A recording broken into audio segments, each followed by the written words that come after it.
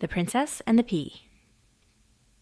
Once upon a time, in a kingdom where the sun always seemed to be shining and the clouds were as fluffy as cotton candy, there lived a prince. Now this prince, he was no ordinary prince. He was peculiar, particular, and so picky. What was he picky about, you ask? Well, he wanted to marry a real princess. Not just any princess, mind you. No. She had to be truly royal. Through and through, from her tiara to her toes. So, off he went, traveling far and wide in search of his perfect princess. He met princesses who could sing like birds, princesses who could dance like the wind, and princesses who could juggle flaming swords. Okay, maybe not the last one, but you get the idea. Yet, something about each one didn't feel quite right. Are they real princesses? He wondered. How can I be sure? One stormy night, the storm was wild. Thunder crashed like giant cymbals in the sky, and the rain came down in buckets as if the clouds were crying about losing their favorite teddy bear.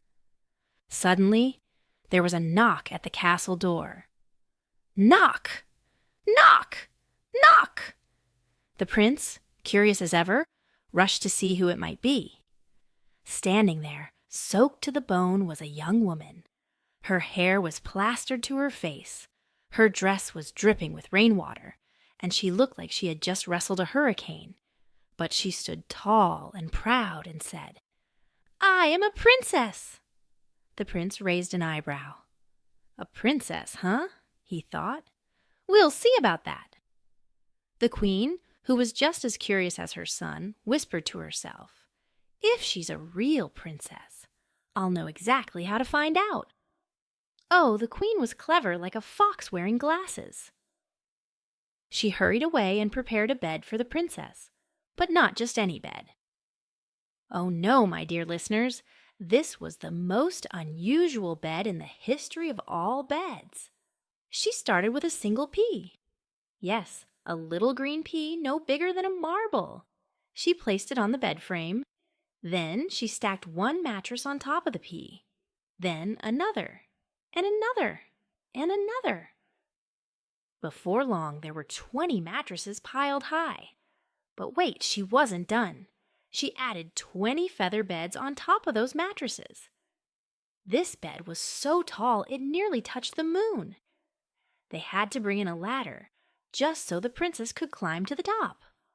The princess, tired from her stormy adventure, yawned and climbed up, until she reached the top of the bed. She snuggled in and tried to sleep. But oh no. All night long, she tossed and turned and flipped and flopped. "Ouch! Something's poking me," she muttered. By morning, she looked like a mess. Her hair was wild, her eyes were droopy, and she had bruises on her arms and legs. When the queen asked how she'd slept, the princess groaned. "Terribly! There was something so hard under all those mattresses that I couldn't sleep a wink." The queen and the prince gasped. Aha!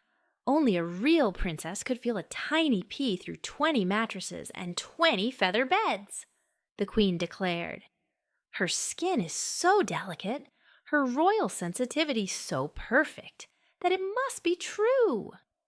The prince's heart leaped like a frog in a pond. He had found his real princess at last. And so the prince and the princess were married in a grand celebration with fireworks, dancing, and the best chocolate cake you've ever seen. As for the pea, it was placed in a museum where it became the most famous pea in all the land. And they all lived happily ever after. The end. The 3 big takeaways from the story, told dramatically. Now, my little listeners, listen closely because I have 3 big secrets hidden in this tale. Are you ready? Lean in. Closer, closer. Perfect. Let's begin. 1.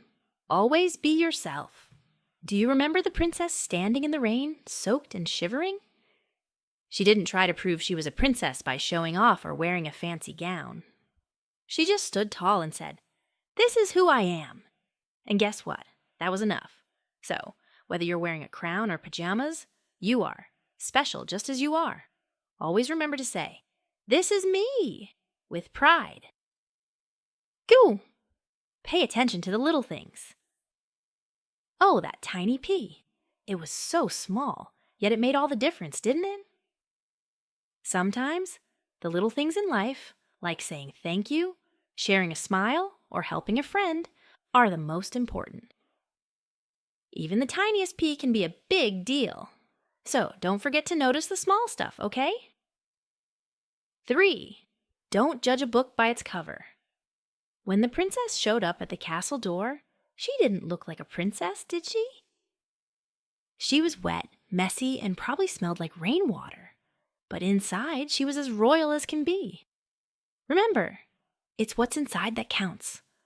So, be kind to everyone even if they don't look like what you expect. Who knows? They might just surprise you. Now, go forth, my little dreamers, and carry these secrets in your hearts. Be yourself, notice the little things, and see the best in others. And maybe, just maybe, you'll find your own happily ever after. Cue dramatic twirl and confetti.